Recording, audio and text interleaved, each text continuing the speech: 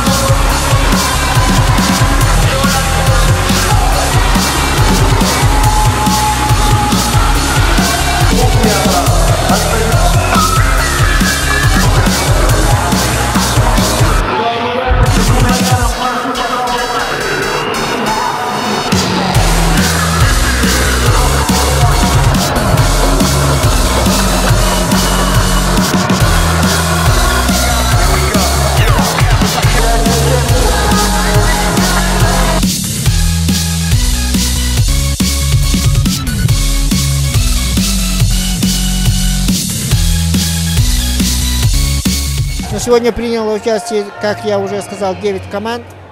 Очень активно.